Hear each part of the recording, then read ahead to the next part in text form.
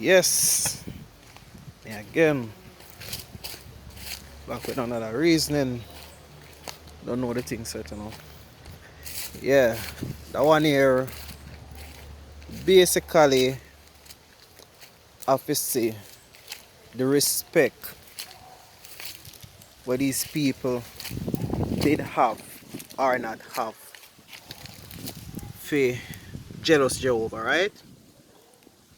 And it kind of concerning, reading, for yourself or for myself, and I analyze the scriptures and realize, say, these Israelites and other nations where they get in contact or had contact with Jehovah, they never respect him, right?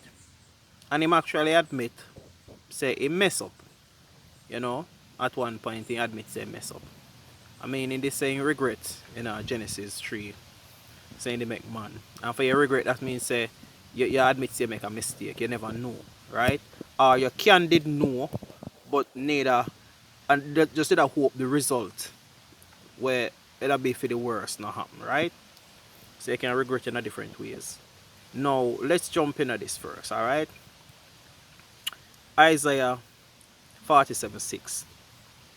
I was wroth with my people, I have polluted mine inheritance, which is talking to the Israelites, and given them into thine hand.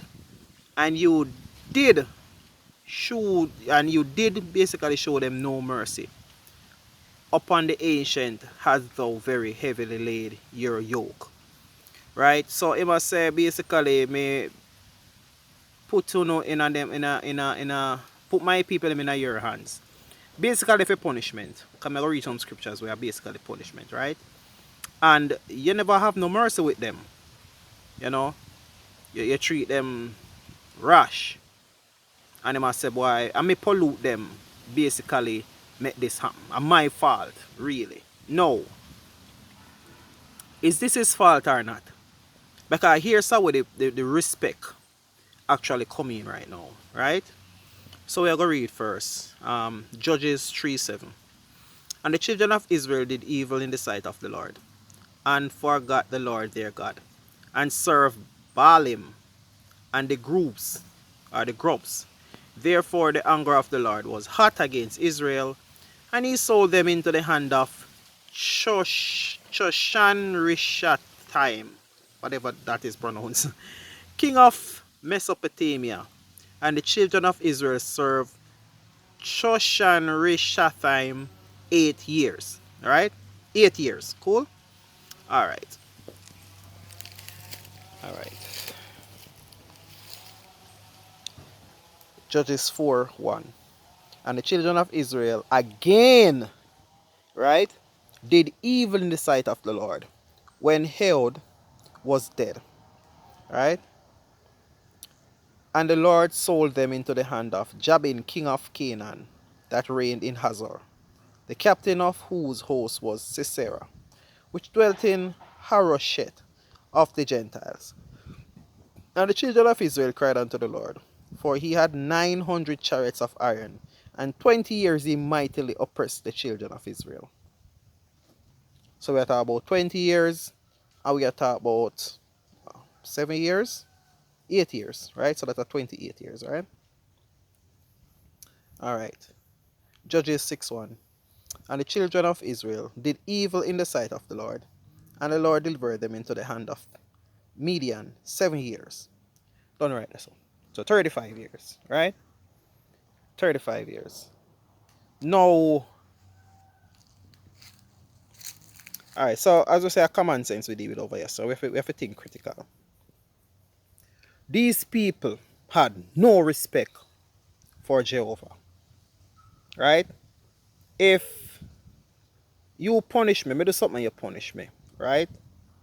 And the punishment was harsh. I was oppressed. You know, these people did not look out for the Israelites. Right? So I'm trying to think. Alright. I planned a war because Jehovah normally plans war. send the Israelites in, right? And he would mostly make them win. He have times where he make them lose. Jehovah has times where he have other people where he make deals with, where he make them win wars, right? So it's a thing where you have sometime the war of a total slaughter where everybody dead, right? Um, you have times where all of the male, like big men and women who have sex with men, all of them get killed and then keep the virgin them for themselves. But this different because me have to think if it was a war that they lost, so maybe they lose some life, and them enslave the rest of people them for whatever years, or in just deliberately make a deal with these people, say, yo, may I sell you them people here for X amount of years.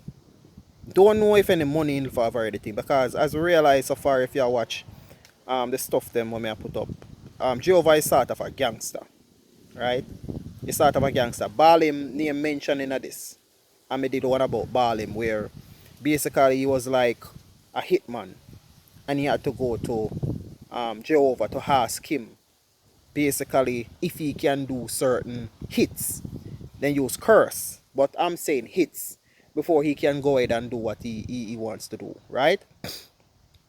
No, as I'm saying, which of those is it? Because these people were basically slaves for these other nations for 35 years. What was Jehovah doing in that 35 years? That's the next question. What was he doing? He was just like watching his people get oppressed. And when these people keep crying out, he eventually sends some prophets for them to get them out of what he put them in. Right? And these prophets would preach and say, you disobey God, and we take you from out of Egypt where you were being oppressed, and this and that, and one heap of lula story, one long length of story. You can read the stories to yourself and see what these prophets are preaching to these people that they already know. If you should type in, so you have a Bible app, right, on your phone.